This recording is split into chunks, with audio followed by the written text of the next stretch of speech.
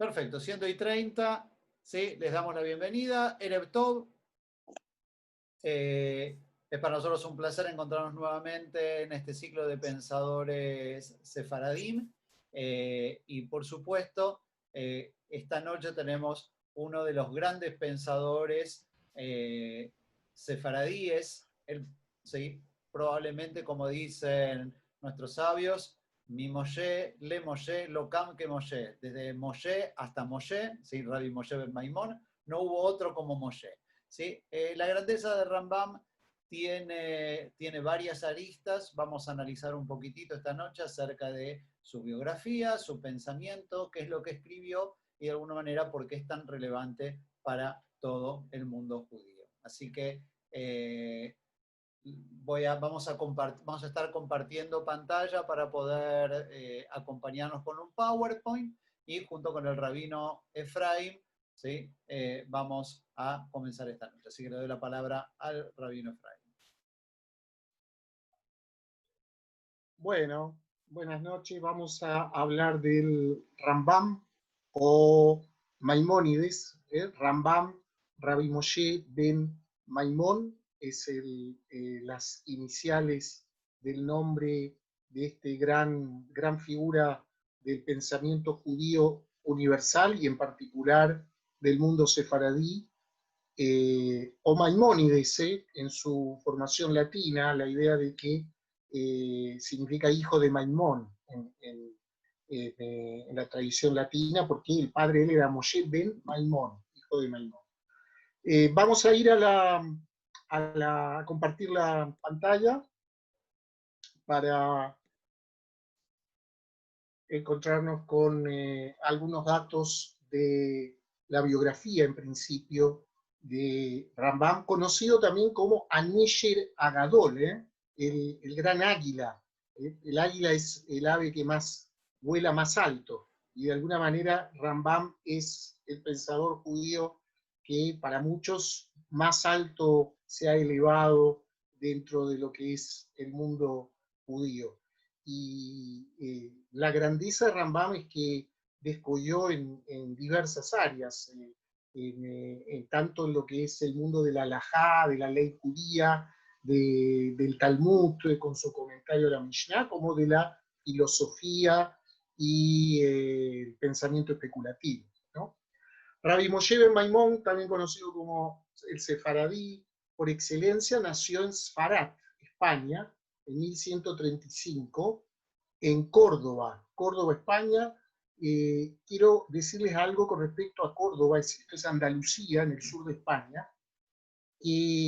Córdoba era una ciudad extraordinaria en aquella época. En la época que nació Maimónides, era el imperio almorávida, era el mundo musulmán, que este grupo musulmán gobernaba desde Marruecos hasta Andalucía, el Al-Andalus, y en el siglo X era la capital del califato de Córdoba, y era considerada la segunda ciudad más grande de Europa en aquellos tiempos. Era una ciudad que llegó a tener 400.000 habitantes en aquella época, de manera que era un faro de una ciudad enorme y de gran importancia. Hoy en día Córdoba tiene 320.000 habitantes, o sea, mucho menos de lo que tenía en el siglo X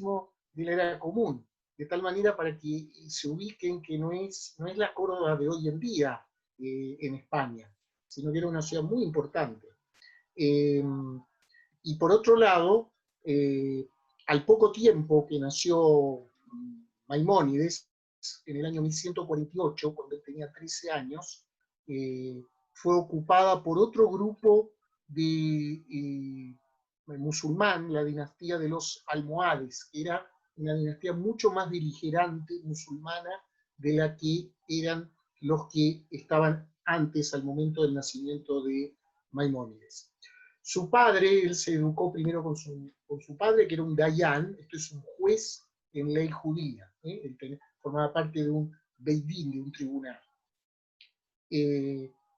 Como en 1148 los almohades, esta secta musulmana fanática, ocupa la parte del sur de España, Maimónides, que había perdido a su mamá cuando nació, ¿sí? Él quedó huérfano de su madre, más o menos a la edad de, serían 13 años, dejan Córdoba y van por distintas ciudades, llegan a Almería en el año 1151, y de allí finalmente se establecen en Fez, en Marruecos. ¿Por qué se tienen que ir? Porque entre los musulmanes tenían un sistema que llamaban el Dini, que era una especie de autonomía para los pueblos judíos que vivían en las ciudades que ellos gobernaban, por el cual, si pagaban sus impuestos y se mantenían independientes, el régimen musulmán les dejaba vivir tranquilos y practicar su fe. Sin embargo, estos almohades, que eran fanáticos, levantaron el Dini, o sea, no permitieron más esta autonomía judía, y puso en una situación de dificultad a los creyentes de nuestro pueblo.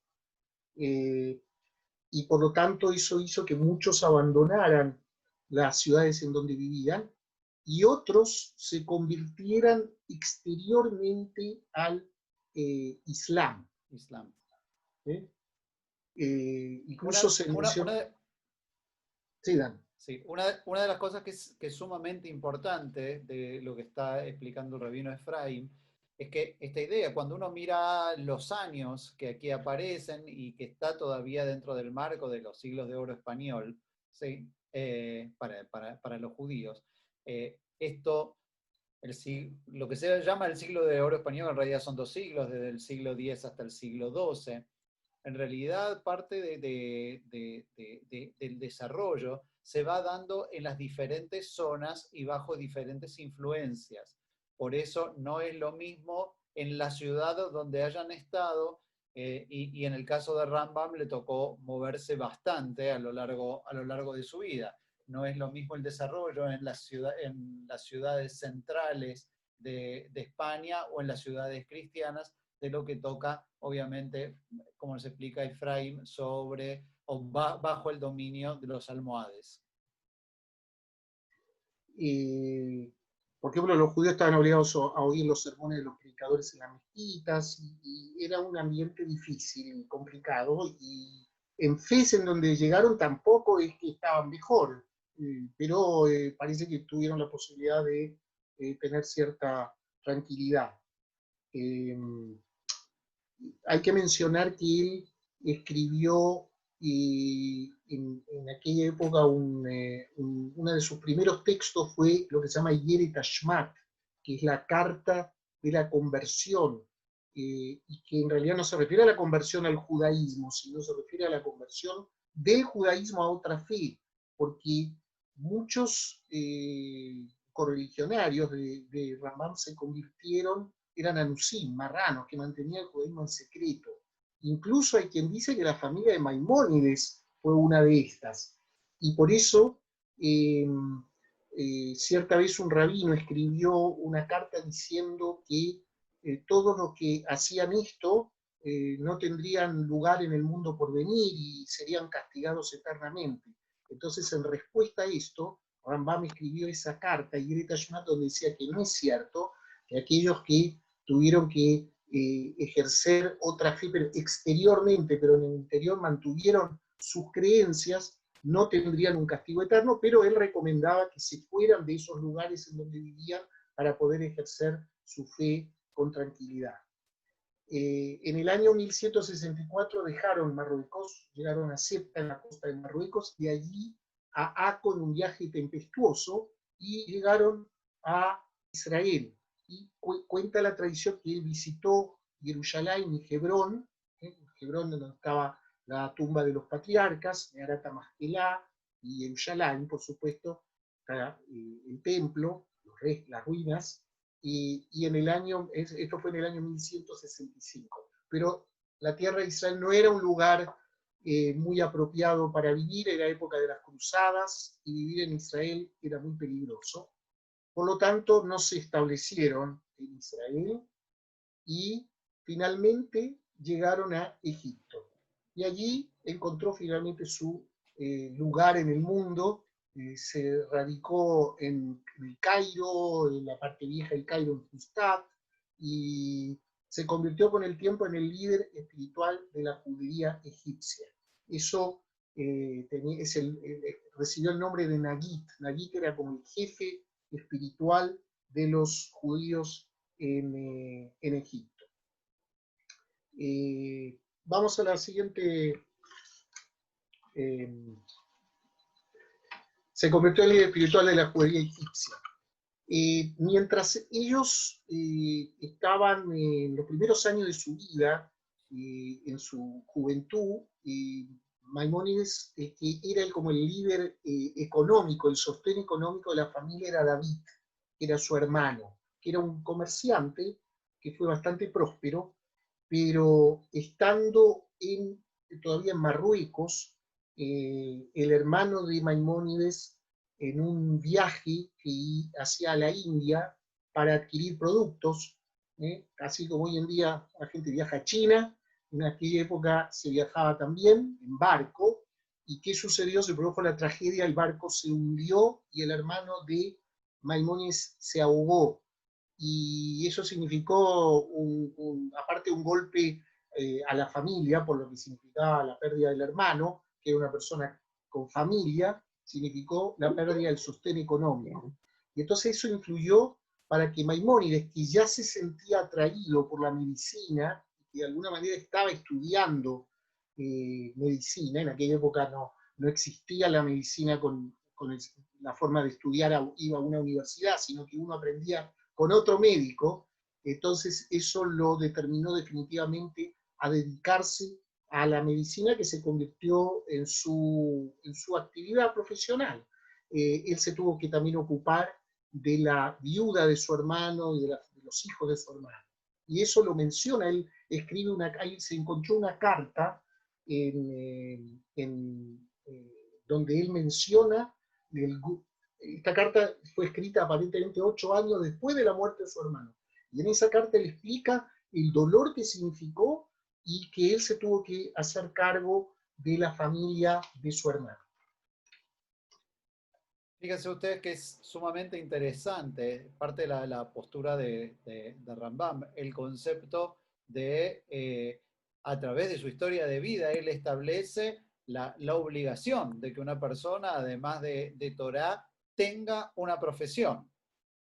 De hecho, no sé si ustedes saben que hasta hoy día, por ejemplo, el seminario rabínico, el movimiento conservador, exige un título profesional, ¿sí? Un título universitario a sus rabinos. O sea, uno no puede ser rabino si no tiene un título universitario.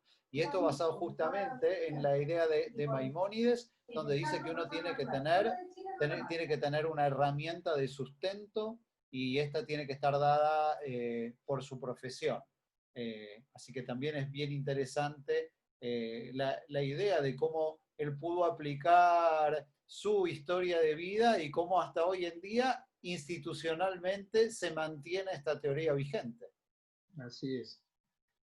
Él fue médico de la corte del sultán Saladino. Después, al final de la charla, vamos a encontrar una carta donde él cuenta cómo es un día en su vida, un día de su vida en Egipto, que le escribe a Ibn Tibón, que es un amigo de él y que fue el traductor de sus obras al hebreo, donde le cuenta cómo en la mañana él estaba trabajando. Él no era un rabino de profesión, sino su profesión era la medicina. Como en la mañana él trabajaba como médico de la corte del sultán, y en la tarde atendía su consulta, llamémosle consulta privada. Escribió libros de medicina y hay una famosa plegaria, plegaria del médico, que escribió Maimónides. ¿Sí? Vamos a ir a la... Bueno, en cuanto a sus obras, ahí están. A los 20 años escribió su comentario a la Mishnah. Y el comentario a la Mishnah lo escribió en judeo-arábigo. Judeo-arábigo es el texto que escribió es en árabe, árabe clásico, pero con letras hebreas.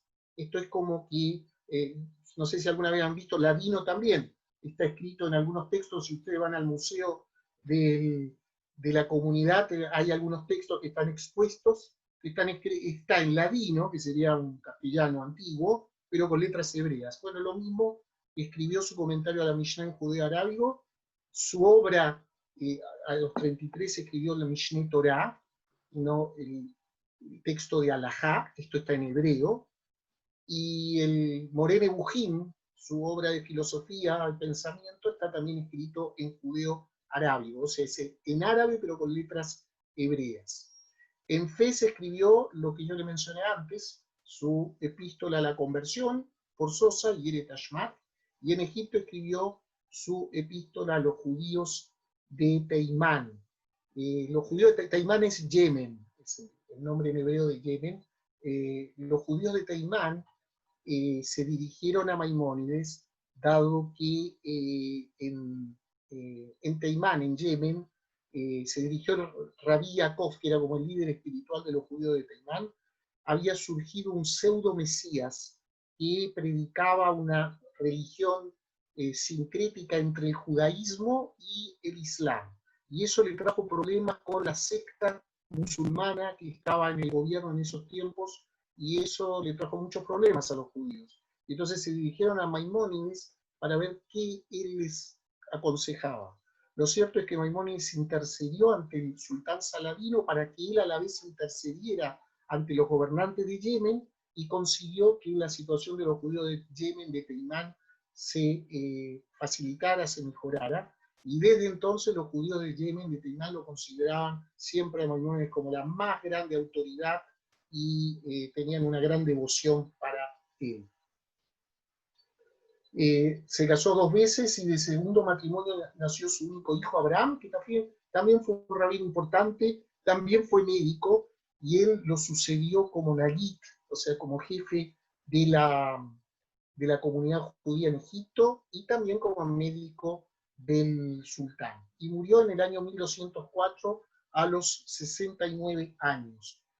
La tradición dice que lo sepultaron en el cementerio que estaba al lado de la sinagoga, y al poco tiempo, por voluntad de él, la tradición dice que trasladaron sus restos a Tiberíades. Y hasta el día de hoy, si uno va a Tiberíades, una ciudad en el norte de Israel, a orillas del Kineret, del lago Kineret, está allí en una placita, en pleno ciudad de Tiberíades, cerca del Kineret, la tumba de Maimónides, y al lado están también, en ese sector está sepultado Rabbi Yohanan ben Zakkai, también un sabio muy anterior a Maimónides, de la época de la destrucción del segundo templo, y también Yeshayahu Horovitz, un rabino cabalista y místico que vivió después Maimónides.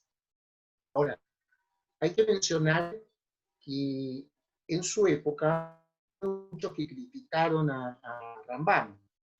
Hubo especialmente en la zona de la Provenza, o la Provence francesa, que es una zona del sur de Francia, sobre el Mediterráneo, que se extiende desde el norte de España, Barcelona, por ahí, hasta casi el norte de Italia. Los rabinos de esa zona, encabezados por Simón de Montpellier, criticaron muy fuertemente, y uno de los discípulos de este Simón, Yonah Girondi, consiguió lo que hizo a su iniciativa que autoridades cristianas quemaran las obras de Rambam en 1233. Ahora, este mismo rabino Yonah Girondi vio cómo después, años después, quemaban el Talmud los mismos autoridades cristianas, y entonces se sintió remordimiento por lo que había hecho, y se arrepintió y pidió perdón por el hecho de haber instado a quemar las obras de Maimónides. Hubo críticas tanto al Mishneh Torah y en especial al Moreh Nevuchim, a la Guía de los Perplejos, que es su gran obra filosófica. Una de las este no es un detalle menor el que cuenta el rabino Efraim, porque de acuerdo a muchos estudiosos de Maimónides, mucha de su obra tiene algunos sesgos que parecerían no pertenecer a él, finalmente algo así como si hubiese pasado por algún tipo de censura o autocensura para que no se siguiesen quemando, ¿sí? Opiniones de él que se contradicen entre sus dichos y entre sus diferentes escritos, y por lo tanto es sumamente importante el proceso crítico que hay a la obra de Rambam. Esa también es una tradición que sigue hasta nuestros días, ¿no? Que los rabinos no todos opinan lo mismo, no nos quemamos los libros, pero bueno, pero de todas maneras también es importante, ¿sí?, la discusión alágica, inclusive en esa época, también una discusión muy fuerte. Bueno, ahí tenemos las tres grandes obras de temática judía, que son el comentario a la Mishnah en 1168, el Mishneh Torah en 1180 y el Moreh Nebuchim de 1190, ya cerca del final, en la última parte de su vida. ¿Sí? De estos textos vamos a tener pequeños fragmentos para que veamos un poco cómo expone Maimónides su pensamiento.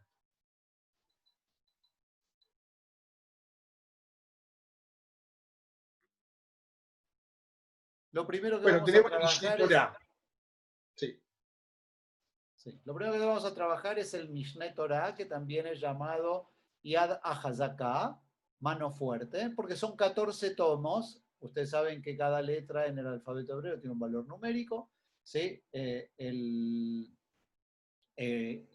14 se dice Yud Dalet, ¿sí? Y con la Yod y la Dalet se nombra la palabra Yad, que significa mano. Entonces, sí, escribió mano Yad HaZaká, que supuestamente Dios sacó al pueblo de Israel de Egipto con una mano fuerte, y este es el nombre del Mishneh Torah. En el Mishneh Torah, como bien explicaba el rabino Efraim, es un libro de halajá, de ley judía, y que intenta de alguna forma explicar muchas de las prácticas judías. Estamos todavía en una época donde la definición de las mitzvot todavía y de cómo y de su cumplimiento todavía no tenemos un código que aglutine a todos, y todavía estamos en donde cada uno de los pensadores intenta codificar a su manera, ¿sí? Entonces, por lo tanto, lo que hace Maimónides es tomar grandes temas y explicar estos grandes temas. Por supuesto, con respecto a Ilhot Teshuvah,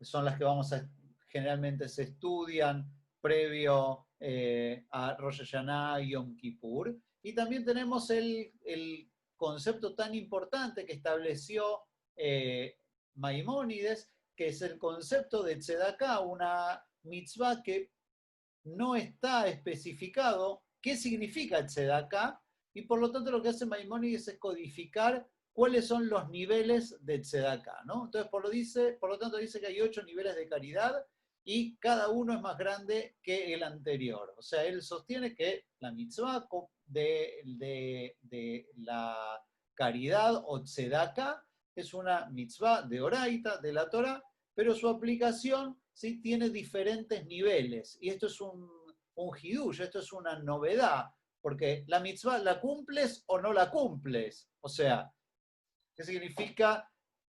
Que hay niveles para cumplir, es cierto, hay cosas que son preferibles, por lo tanto nosotros vemos que si bien Maimónides tiene libros donde él aconseja en conceptos morales, aquí dentro de un libro de halajá también pone una capa intermedia que es cómo puedo para cumplir la mitzvot con mayor compromiso. ¿Sí? Pasamos a la próxima. Entonces se establece un orden de prioridades diciendo que el mayor nivel por encima del cual no hay otro más grande es ayudar a un hermano judío concediéndole un regalo o un préstamo o entrar en sociedad con él o encontrarle un empleo a fin de fortalecer su mano hasta que ya no necesita depender de otros. ¿Sí? Él se basa en este concepto de tzedakah, toma este concepto bíblico donde dice a todas tiftaje te adeja, abrirás tu mano, ¿sí? Y entonces no habrá pobres, ¿sí? Para Efes dice el texto bíblico, ¿sí? No va a haber ningún pobre en el momento en el que una persona abre su mano y por lo tanto, estableciendo esos principios, establece que la posición máxima para, o el nivel máximo para hacer es hacer socio o enseñar o dar trabajo o entrar en sociedad con una persona que está requiriendo de tzedakah.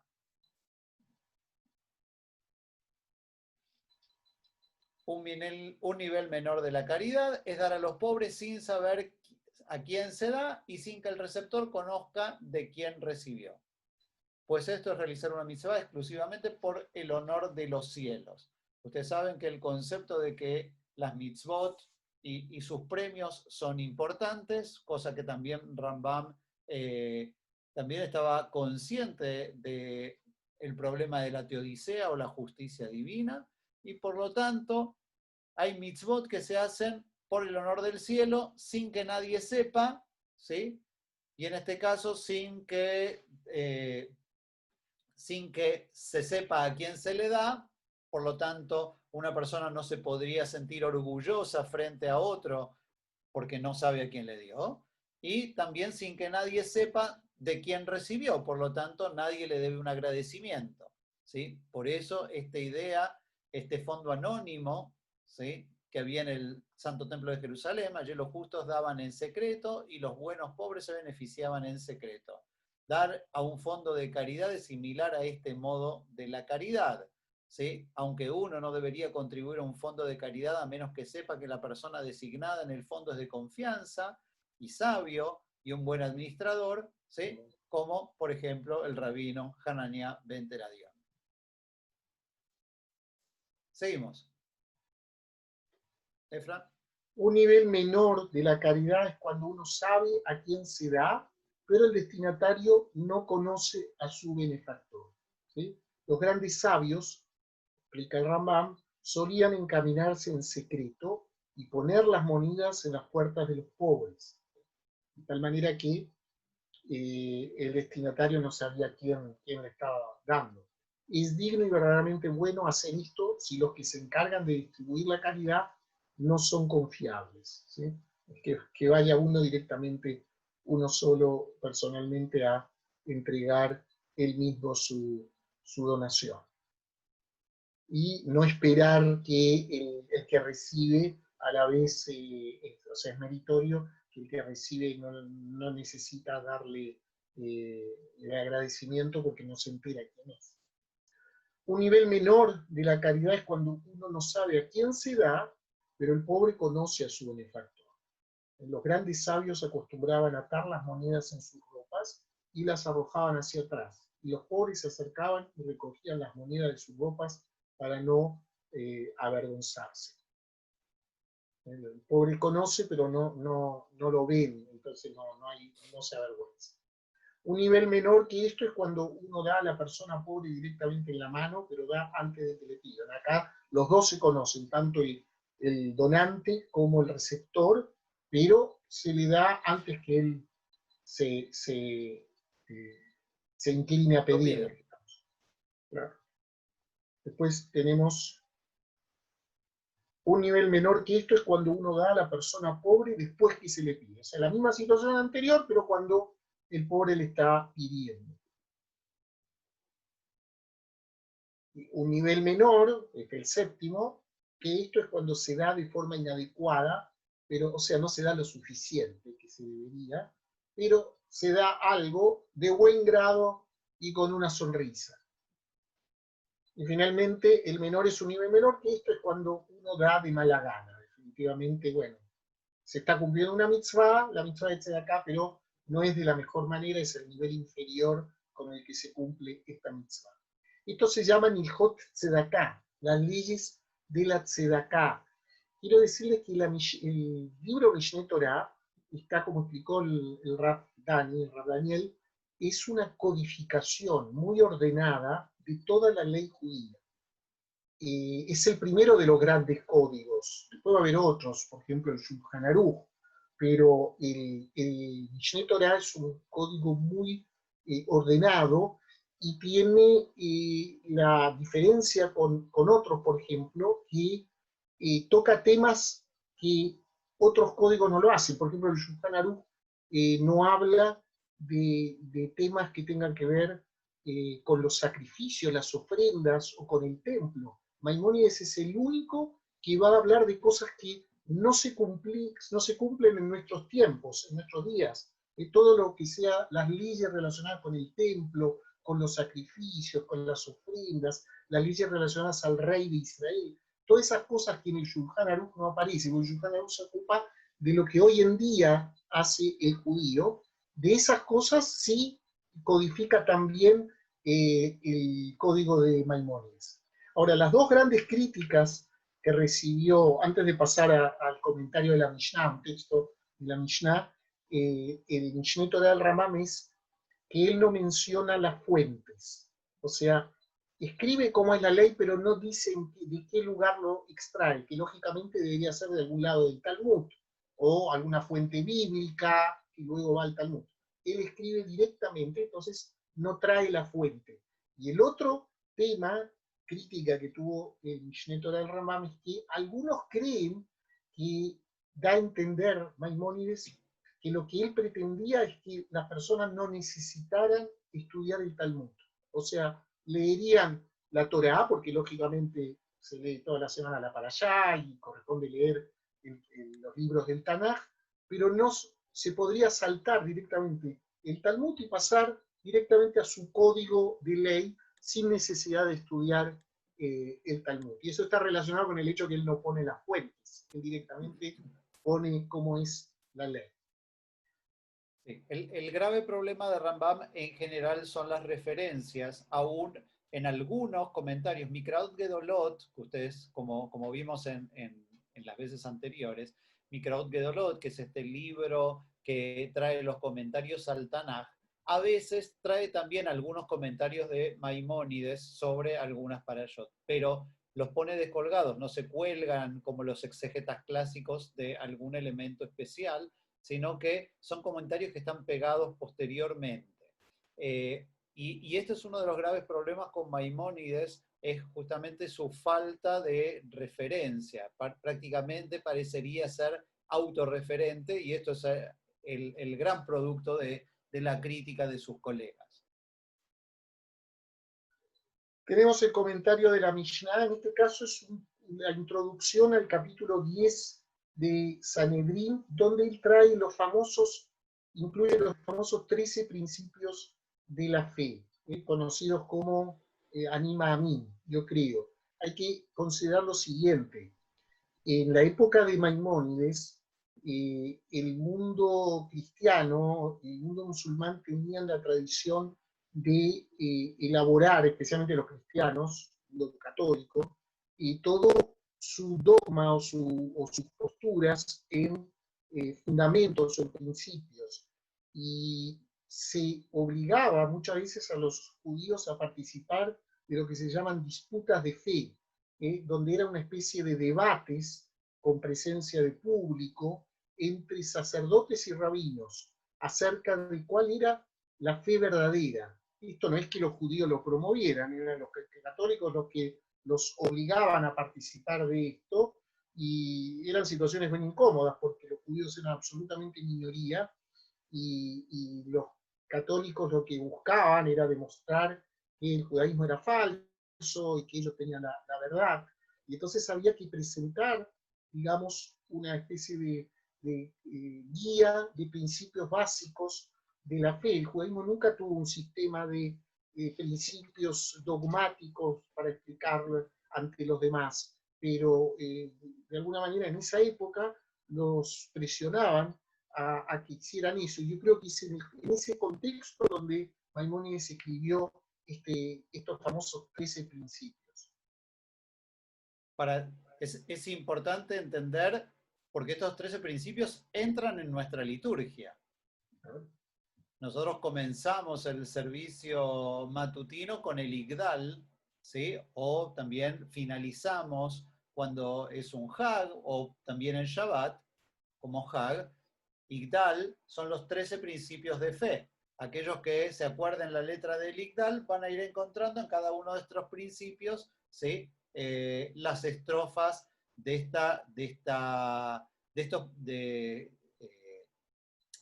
realidad de este piut, de esta poesía que establece y que incorpora dentro de la liturgia judía, ¿sí?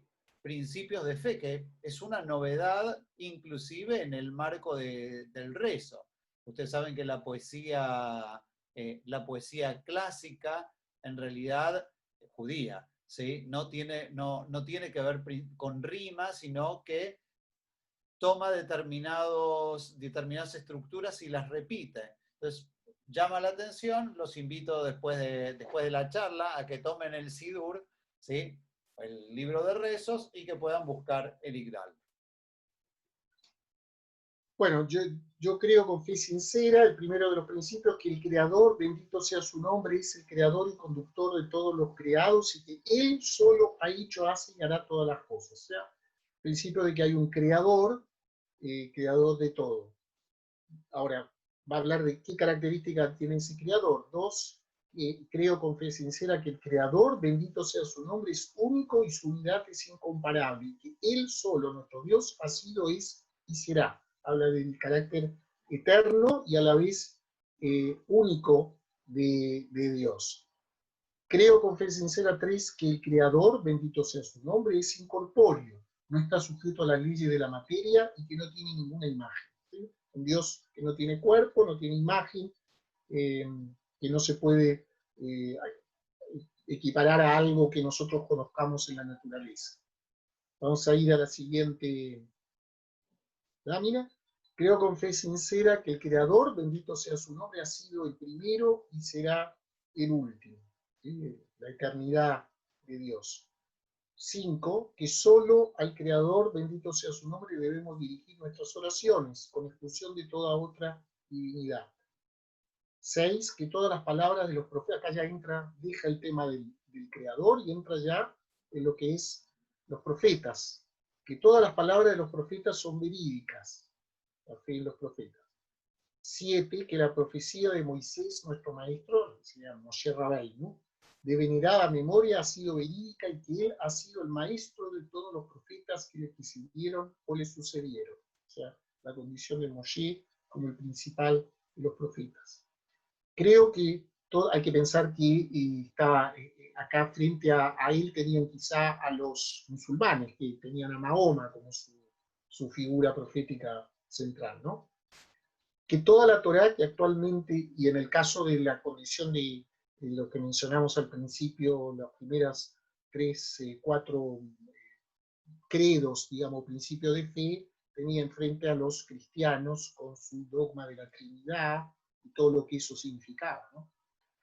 8, que toda la Torá que actualmente poseemos ha sido la revelada a Moshe, nuestro maestro de venerada memoria.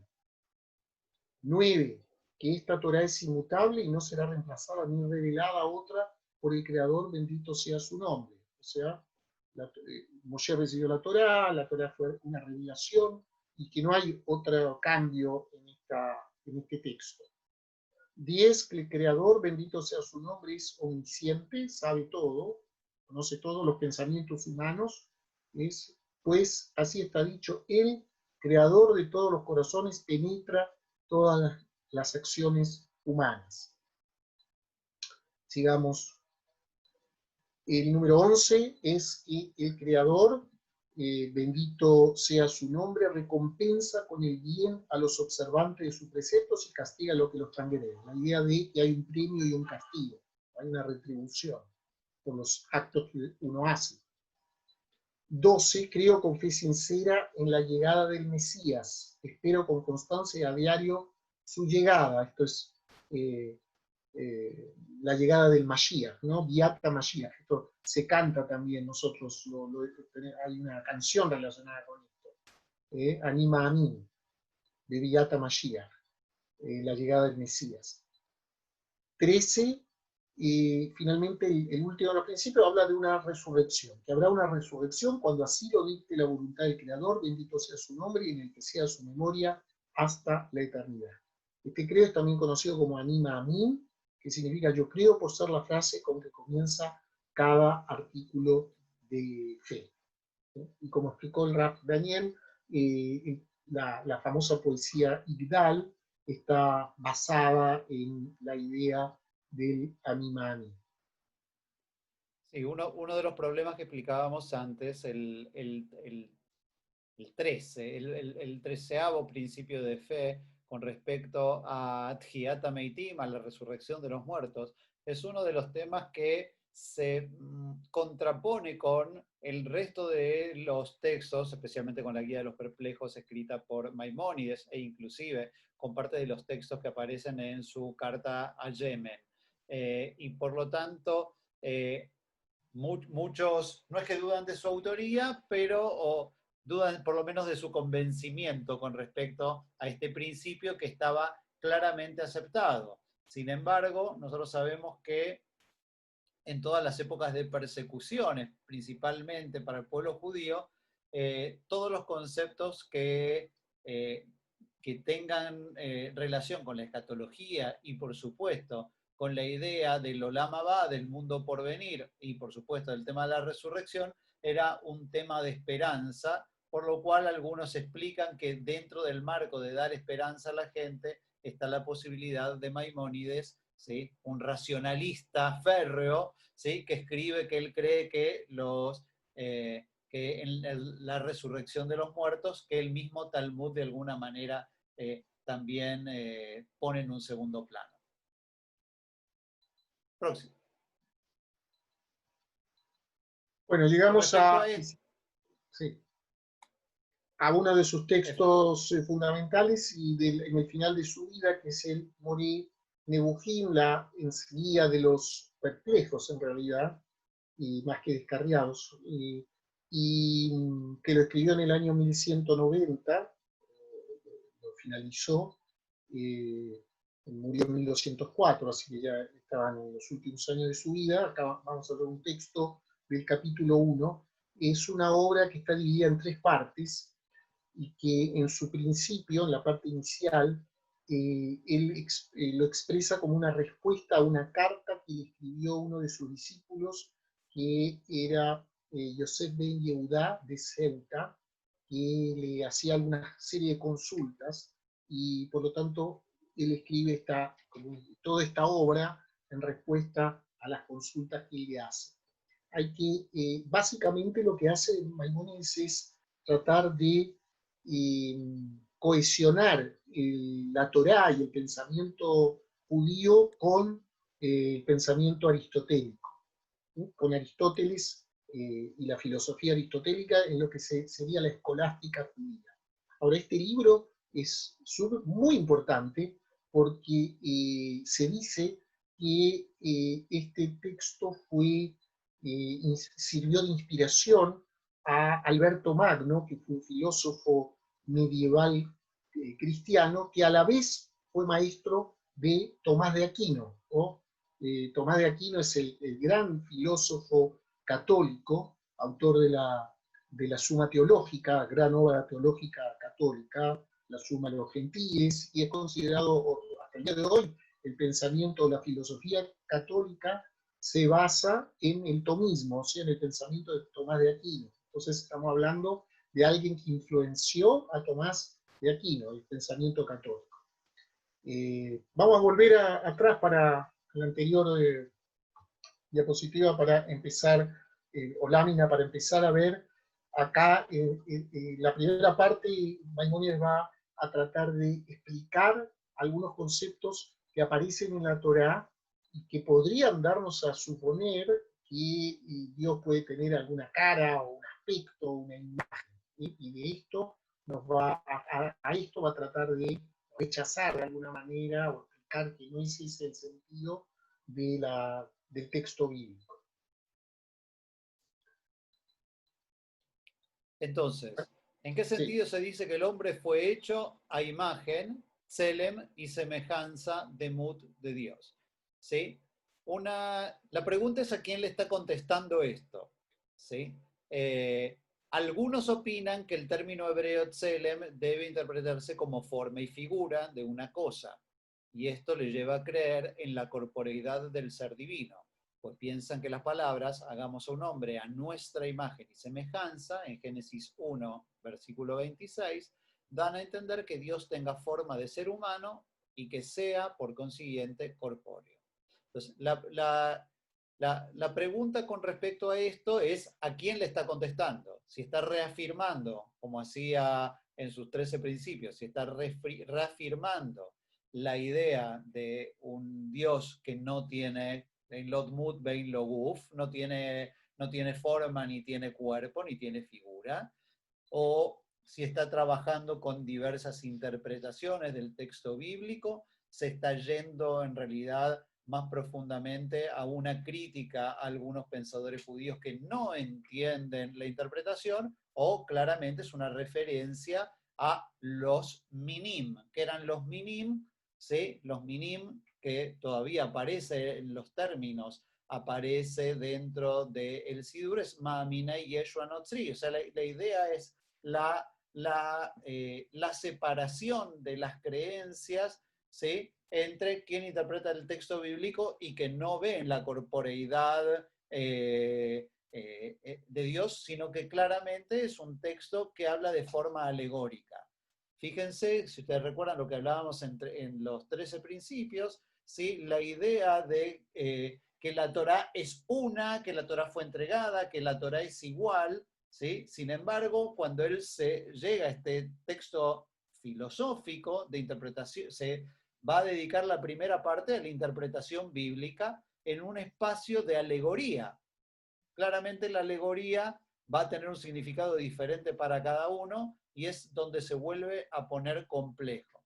¿Sí? Entonces fíjense que dice, los que se aferran a esta opinión piensan en Dios imaginándoselo como si tuviera cuerpo, con cara y miembros, parecido a ellos, sin admitir otra diferencia, sino que Él les excede en grandeza y esplendor y que su sustancia no es carne y sangre. En el curso del presente tratado, ¿sí?, en la parte segunda, en el capítulo 1, probaremos cumplidamente la incorporeidad del ser divino y su unidad en el recto sentido de la palabra, pues que no hay verdadera unidad sin incorporeidad. Sí. Próxima. En este fíjense capítulo, que... Sí, dale, Esdra. En este capítulo intentamos solamente aclarar el significado. Vamos para atrás, por favor. ¿O no?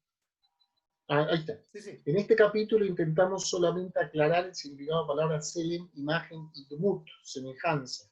Yo sostengo que el término que en hebreo, está hablando Rambam, ¿no?, que en hebreo equivale a la forma, a la palabra forma en su aceptación ordinaria de figura o apariencia de una cosa, es Toar, o sea, lo que es apariencia de un rostro, un cuerpo, una cara, en la Biblia, en la Torá, según Rambam, es la expresión Toar.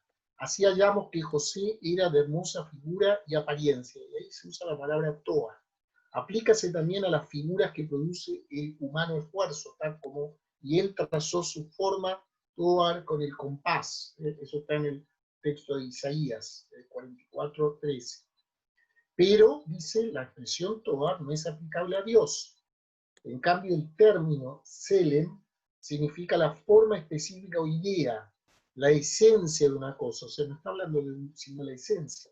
Aquello por lo que la cosa es lo que es. Esa sería la sustancia, un término que usa mucho Aristóteles. Acá hay una influencia aristotélica en el pensamiento de Maimónides. Que lo que está diciendo Tselem es la esencia o la sustancia de la persona o de lo que se está hablando. Vamos a ir a la siguiente.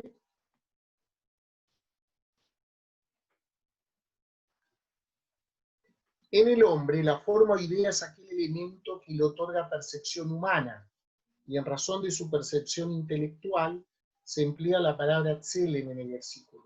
Lo creó a semejanza tselem de Dios, o sea, la idea humana, a la idea divina, no al aspecto. Empero, pues, que tenemos que admitir, sin embargo, va a reconocer Rambam que en otros lugares puede entenderse que se refiere a aspecto de forma. Empero, pues, tenemos que admitir que este vocablo se halla para hablar de los ídolos, refiriéndose a su figura externa, Tselem, ha de ser o un homónimo o un término híbrido que denota a un tiempo la forma específica o idea y la figura exterior atinente a las dimensiones y configuración de los cuerpos materiales. O sea, la palabra Tselem, dice él, en el sentido que aparece en Génesis, cuando dice lo creó a semejanza, se refiere a lo creó con una idea, con la sustancia, o el aspecto, pero no físico, de lo que Dios es. O sea, con eso, con una idea, pero no se refiere a forma exterior. Aún así, él dice, a veces se usa la palabra Tselem. De hecho, Tselem es una palabra que se usa para referirse a Slamim, por ejemplo, a lo que son ídolos o formas idolátricas, ¿sí? Pero no es ese el sentido de esa rama que se está usando en Bereshit, en Génesis. Sí, una de las cosas que es sumamente importante es entender que él hace un análisis de estos textos.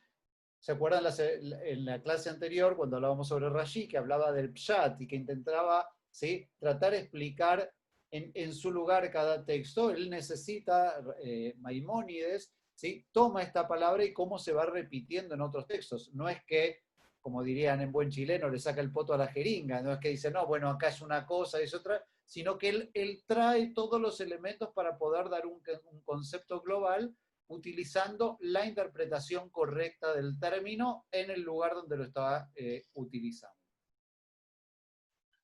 Y ¿Sí? luego Fíjense en la lo frase. dice. Claro. En la frase hagamos al hombre a nuestra semejanza significa la forma específica del hombre. Esto es su percepción intelectiva y no su forma externa o figura.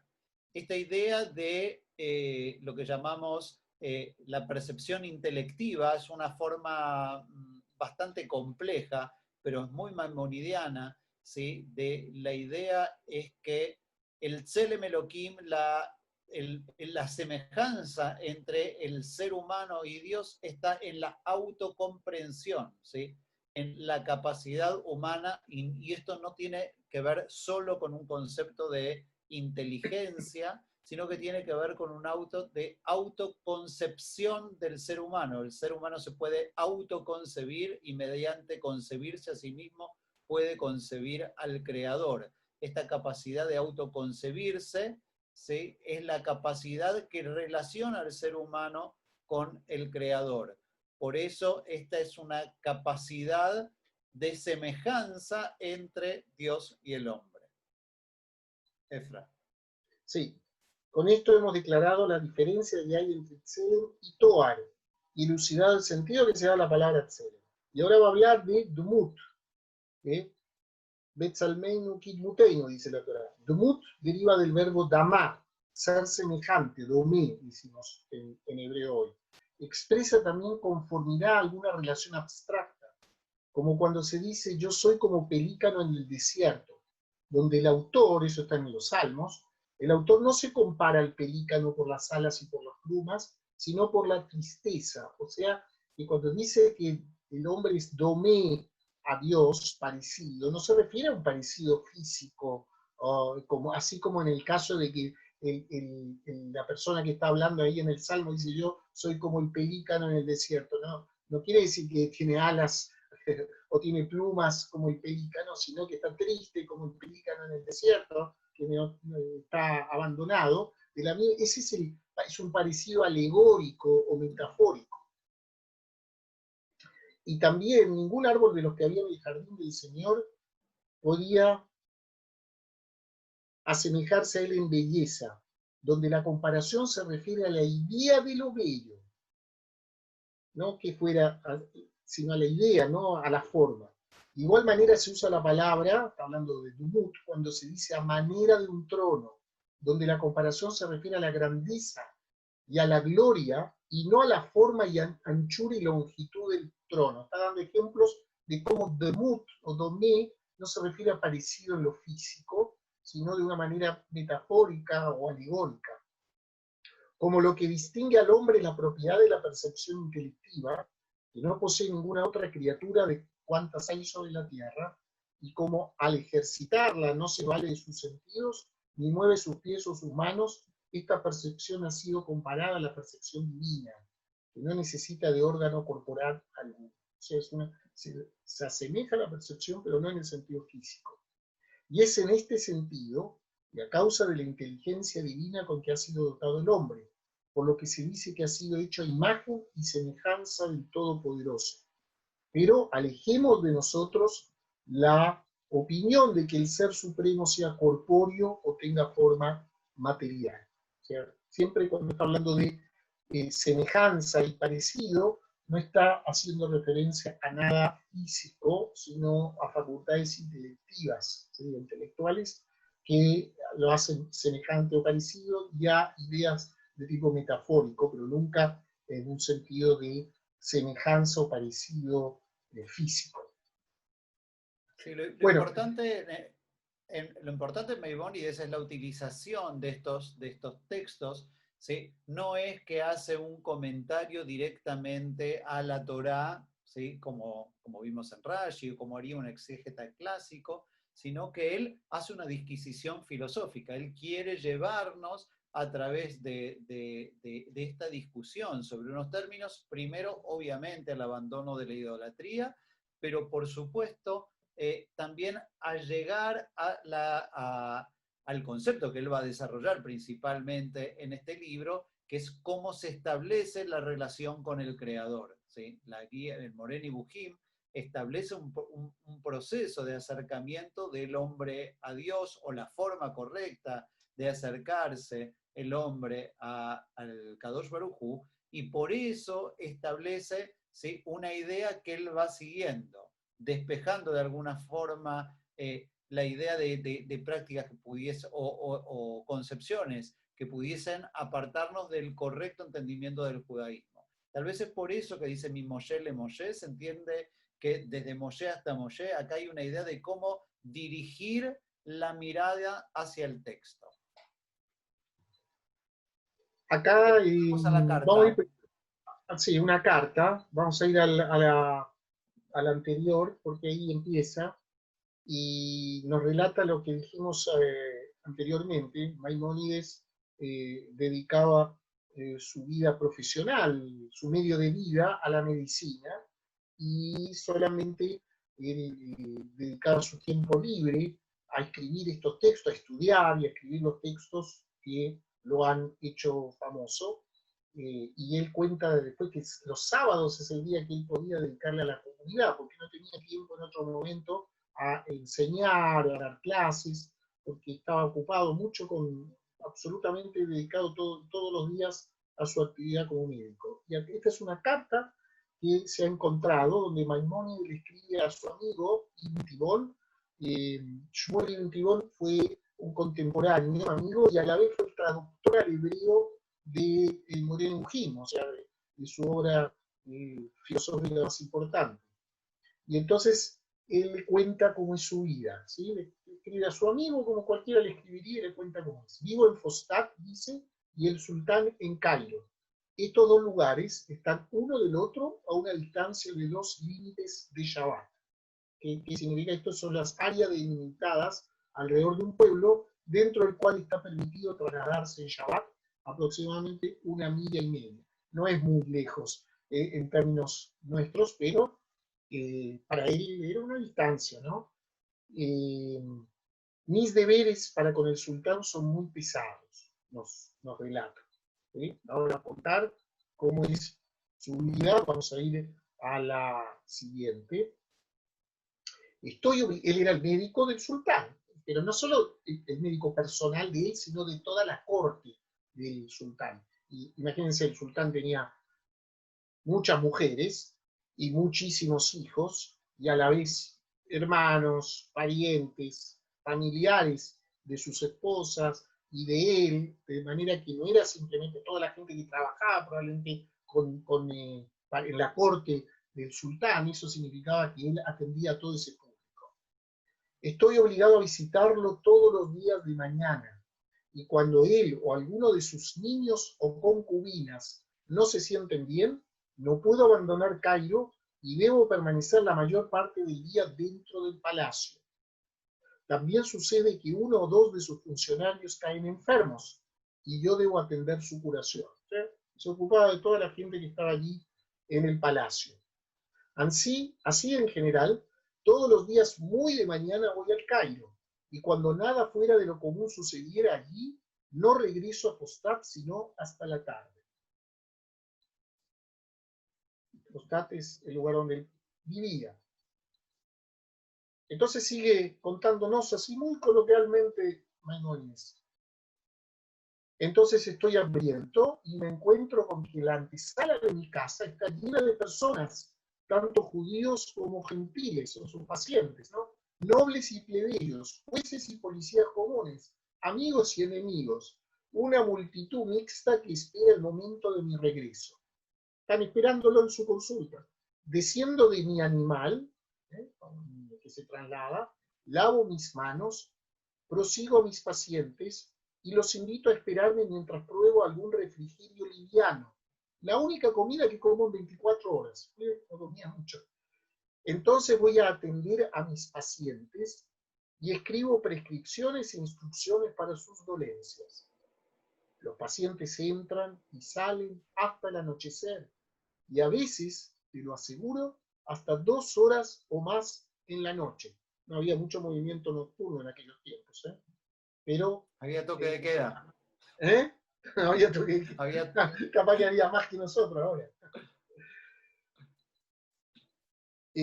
Converso con ellos y aún les prescribo cuando estoy acostado por el agotamiento, o sea, ya se está acostando y todavía atendía pacientes.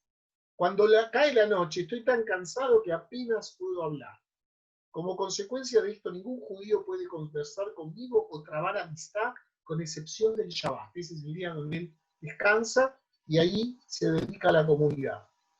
Ese día la congregación entera, o por lo menos la mayoría, viene a mí después del servicio de la mañana, cuando les instruyo acerca del modo de proceder durante la semana entera. Les enseña a clases, alajá, parashá, tashahúa, y ahí está aclarado que Maimónides era también, y también cosas que tienen que ver con la comunidad, con el manejo comunitario. Maimónides era también el líder espiritual de la comunidad judía de Egipto. Estudiamos juntos hasta el mediodía, cuando se van. Seguimos. ¿Quieres seguir leyendo, Dani? Algunos de ellos vuelven a estudiar conmigo después del servicio de la tarde hasta el rezo de la noche. De esta manera paso los días. Solo te he contado aquí una parte de lo que verás si me visitaras. ¿Sí? Así que esto es lo que estaban chateando Rambam con Ibn Tibón. Pero es interesante, o sea, uno a veces no encuentra el modus vivendi, ¿no? Entonces, como plasma, ahora, este lenguaje coloquial también es parte de una estructura, así como contaba el Rabbi Efraim, así como él dirige todo su libro de Moreh Nevuchim, está supuestamente, entre comillas, dedicado a su alumno, porque esta es la forma de que no le quemen el libro, porque no es que está escribiendo un libro de filosofía. No se olviden ustedes que muchos siglos antes, cuando aparece, ¿sí? Cuando alguien decía que quería estudiar filosofía, estaba abdicando del judaísmo.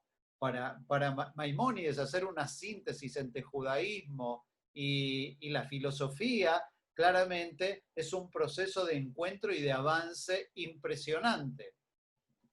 Maimónides se convierte en una bisagra para el pensamiento y para el mundo judío, porque logra canalizar de alguna forma toda una idea que tenía complejidades, y eran, más allá de que le establecen los principios, que la Torá fue entregada en algún momento, hay un tema interpretativo que es fundamental. Hoy justamente en una charla informal ¿sí? Uno de los pensadores, ¿sí? que entró del Talmud, que entró al Pardés con Rabbi Akiva, fue Elisha ben Abuyá. ¿Sí? Elisha ben Abuyá, ¿sí? Cuando se encuentra con la pregunta de la Teodicea, ¿sí? De la justicia divina, en ese contexto, ¿sí? Él encuentra que la Torá a veces no tiene premio. ¿Sí? Dice que vio a alguien cumplir con la mitzvah de cuidar un nido con sus pichones, ¿sí? De respetar a su padre y a su madre de un joven que se tropieza y se muere cayéndose de un árbol. Y entonces ambas mitzvot prometen en la Torah, alargarás tus días. Entonces, Elisha ben Abuya dice, no existe Dios y no existe la Torah y no hay premio. Recién llega Maimónides, 10 siglos después, a decir que uno no se pone en peligro, más allá de que cumplas la mitzvot y cumplas lo que diga la Torah, la forma en que cumples la Torah, la forma en que te relaciones con la Torah, esa de alguna forma es la que te va a indicar si puedes vivir. O sea, le agrega una visión filosófica que le permite, ¿sí? Responder a la grave pregunta de toda religión, ¿sí? Por la justicia divina, pero necesita de la herramienta de la filosofía.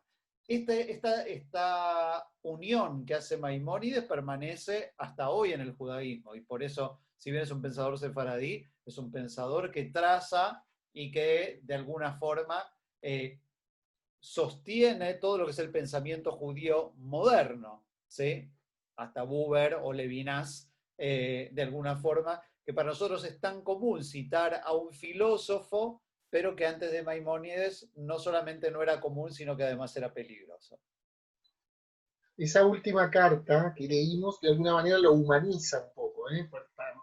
Lo muestra como una persona, uno podría pensar, este es un genio que vive en una burbuja, y no, es un hombre que tiene los mismos problemas que tenemos nosotros, tenía las mismas inquietudes, pero a la par de eso era un profundo estudioso y un intelectual que amaba con pasión lo que era el estudio de las fuentes judías y nos legó verdaderos monumentos de conocimiento.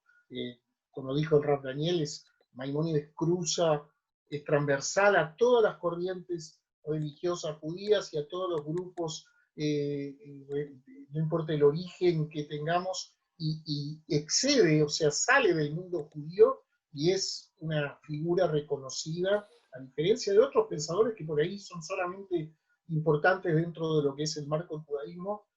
Maimónides es influencia para el mundo musulmán y para el mundo cristiano también, hasta el día de hoy. Hasta el día de hoy. Uno dice Maimónides, inmediatamente todos saben de quién estamos hablando. ¿Alguna pregunta hay? ¿Sí? ¿Hay espacio para alguna pregunta? Si alguien quiere preguntar. Sí. Quiero hacer algunas preguntas. Dale. ¿Abierto el micrófono? Sí, mira, yo quería preguntar si sus obras fueron quemadas en el 1233, ¿cómo subsistieron posteriormente? ¿Cómo quedaron sus obras o habían copias?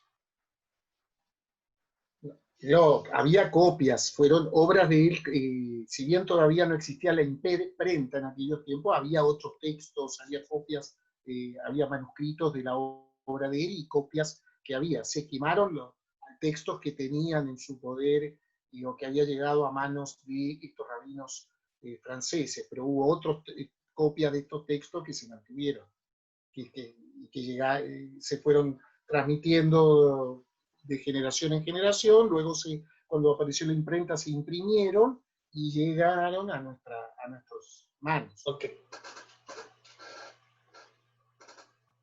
Una última pregunta. Quiero preguntar lo siguiente. ¿Cuál fue la razón o las razones que pudieron haber habido para que los rabinos hubiesen tenido tanta antipatía o menosprecio, digamos así, con Maimónides? ¿Y por qué este se arrepintió cuando se quema el Talmud?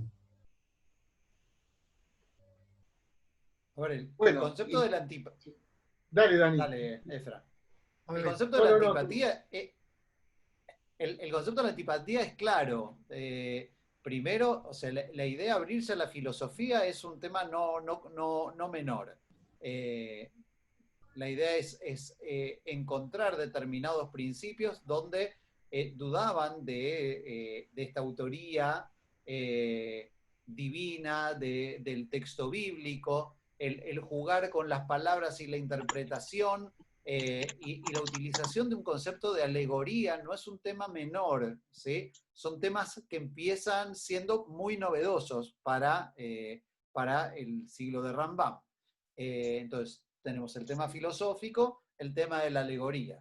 Por supuesto, su postura racional, que de alguna forma, como estamos en una época donde había obligación para convertirse y peligro, como les dije, son épocas donde la gente se pone mucho más sensible y la creencia en conceptos de Olam Haba, del mundo por venir, toma prioridad, porque obviamente cuando este mundo, ¿sí?, está patas para arriba, entonces la idea de, era una especie de locus clásicos, ¿no? O sea, la idea de, el recurso común es, bueno, acá la estamos sufriendo, pero en el mundo por venir vamos a estar genial. Entonces, Como ahora.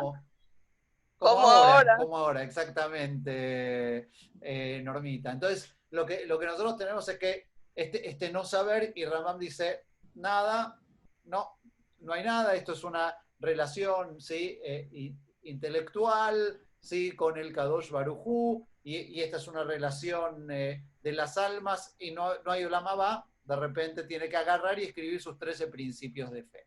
Entonces, o sea que, perdón, para él el Tejiat Hametim, salvo en los 13 principios, si uno no, lee si uno lee con detenimiento los otros textos, no aparece. parecería que su opinión es que no hay. Pero ojo, no es que a él se le ocurrió, él puede citar perfectamente el Talmud. Tengan en cuenta que la forma de escribir de los sabios medievales era así, y donde se escribían de forma bastante agresiva entre unos y otros. O sea, era casi como funarlos en Instagram o no sé en qué red social hoy en día. Así uno escribía el Roya Jamoracé, el cabeza de burro de este pensador. Así se escribía. No es un tema que es solamente contra Rambam, sino que en general había agresividad, y esa era la forma como imponían algunas de las ideas, por lo menos en el Medioevo. Claro, pero lo necesitaba. ¿Por qué se repite? Al final...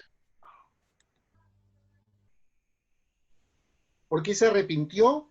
No, es que después quemaron, años después, esto fue 1233, 11 años después, quemaron el Talmud. Pero eso ya no era instancia de Johnny de Gironda, sino las mismas autoridades cristianas. Entonces él se dio cuenta que había abierto la puerta con esto a que las autoridades cristianas empezaran a revisar todos los textos judíos. Y entonces se dio cuenta que había actuado mal. Una cosa era discutir, como discutamos entre nosotros a nivel de la comunidad las diferencias que tenemos, y otra cosa es ir al gobierno a decir, esta persona no me gusta, mira lo que está escribiendo, está haciendo cosas. Se dio cuenta que había actuado mal, que no había actuado correctamente. Una pregunta, chica. Pues una pregunta muy chica. Espera. Había alguien para preguntar. Antes estaba Ignacio Silva. Ya te paso, Jorgito, la palabra. Hola, buenas noches. Sí, buenas noches. Disculpe, no sé si se habrán pronunciado al respecto, pero me llama la atención que para la época en cuanto Maimónides escribió, había conceptos también de bien y mal en cuanto a Dios, a la visión cristiana que iba a ser posterior, ¿no es cierto? ¿Él se pronuncia sobre el bien y el mal en la esencia divina, propiamente tal? ¿O en este mismo concepto de tratar de hacerlo etéreo, absolutamente etéreo a Dios, tampoco lo encasilla en el bien y el mal, etcétera? A ver, Rápidamente, en Morene Bujim, en la guía de los descarriados o guía de los perplejos, hace un análisis específico Maimónides con respecto al concepto bien y mal. Para Maimónides, bien y mal no existen en hebreo. Existe bueno y malo, no existe bien y mal. Y en definitiva hace todo un análisis con respecto a que los seres humanos nos encontramos en un mundo del gusto, de lo bueno y lo malo. Lo que es bueno para mí es malo para ti, lo que es malo para ti. ¿Sí? Y nosotros estamos, supuestamente, en el paraíso había verdad que incluye bien y mal. Nosotros estamos en un mundo, o sea, porque supuestamente comimos del fruto del conocimiento, pero que también fue una transgresión. Entonces no vamos a obtener un premio mayor, o sea, nuestro castigo no puede ser un premio mayor que el que teníamos antes. Entonces dice que bajamos un nivel y estamos en un mundo del gusto, de lo bueno y lo malo. Y la verdad que hace un recorrido por todo el texto bíblico donde dice que bueno y malo son temas de valoraciones en general y nunca tienen nada que ver con respecto al bien y mal, ¿sí? que es la interpretación con respecto. Entonces, tanto ni para... Nosotros no podemos juzgar a Dios, sino por no ponernos... ¿sí? Dios, entre comillas, es bueno porque no es malo, y ese es el sistema de negación de Rambam para establecer las cualidades divinas, pero es inasequible al ser humano hablar de términos de bien y mal como términos taxativos. Jorgito. Una pregunta. Muchas gracias. Que en estos días se puede cantar Igdal antes de empezar la tefilá, o sea, al comienzo de la tefilá, o ya no se debe hacer eso. Tú te refieres a los días, porque estamos en las 3 semanas. No por estos días, en general. Porque en el comienzo del Sidur se el Igdal. Pero generalmente... Siempre se puede cantar, se puede entonar, depende de la pero al principio... o el lugar, el tipo de tradición que tenga en la sinagoga, pero obviamente, siempre. Y si te refieres en esta época en particular, todo lo que es la plegaria de la tefilá se mantiene igual. Lo que puede haber diferencias si fuera de la plegaria y estábamos haciendo una fiesta o algo así, ahí está en discusión el tema de cantarlo, pero dentro de la plegaria o del rizo, estos son textos que se entonan, se cantan, de acuerdo al nusach, digamos, a la liturgia. Uno podría hacerlo entonces ya. Sí. Diego Bizama desde Temuco quería preguntar. Sí, hola Dani, hola Juan. Cerramos con tu pregunta, dale. Perfecto. Sí, mira, una consulta respecto a la intención de Rambam de entender la divinidad, de racionalizar esta visión aristotélica que era compartida con Averroes, en Córdoba, también gran filósofo musulmán. Sí. Y en ese aspecto también lo interesante en cuanto a que él entendía que lo sensorial podía confundir, y de ahí llegamos a los descarriados, que tú podías percibir muchas cosas y tenías que objetivizar a través de la razón. Entonces mi consulta en este mismo sentido va cuando habla de que con otros rabinos podían disentir, particularmente desde una experiencia sensorial frente a la razón, a conceptualizar. ¿Cuál fue la influencia con Averroes? Y en ese mismo aspecto, ¿por qué Córdoba se transformó en ese momento en el centro de la teología racional?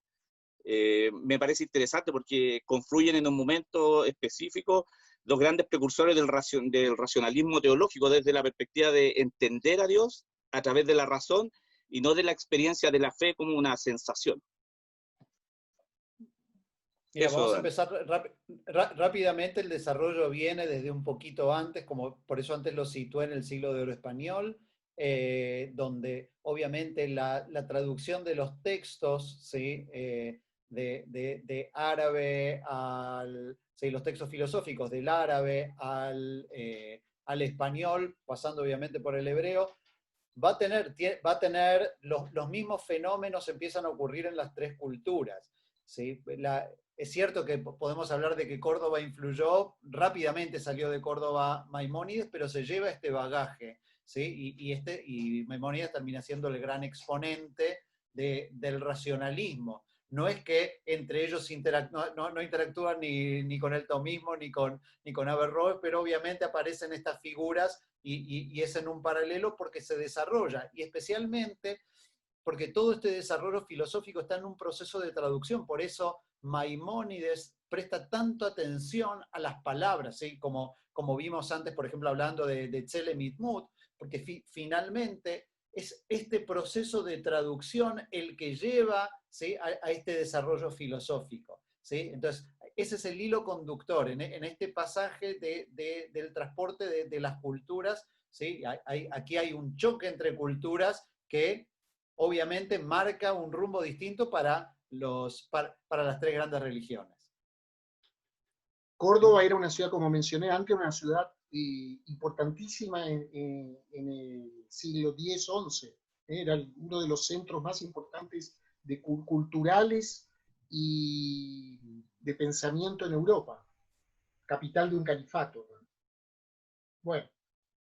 Así que bueno, antes de terminar, primero agradeciéndoles la presencia. En 3 semanas más vamos a tener un nuevo encuentro con un nuevo pensador sefaradí. Los quiero dejar invitados para mañana a las 20 horas. Tenemos en nuestro ciclo Conversaciones en Comunidad una charla profunda con un gran emprendedor, con Mauricio Russo Calderón. ¿Sí? Va a ser una charla íntima y empoderante con respecto a lo que es emprender responsablemente y el compromiso social. Y por supuesto, los invito a que nos puedan acompañar. Y el día miércoles, ¿sí? A las 19:30 horas, tenemos nuestros diálogos en sociedad con el expresidente Eduardo Frei. Así que ojalá que nos puedan acompañar en ambos eventos y por supuesto seguir estudiando juntos. Agradecerle al rabino Efra, ¿sí? Al director de Cultura que nos ayudó con los PowerPoint y con organizar el Zoom. Así que 1.000.000 de gracias a todos. Erev Tov para todos. Buenas noches. Muchas gracias. Buenas noches, rabinos. Muchas gracias. Buenas noches. Muchas gracias. Dani. Para los filo argentinos, feliz día del amigo. Gracias, muchas gracias.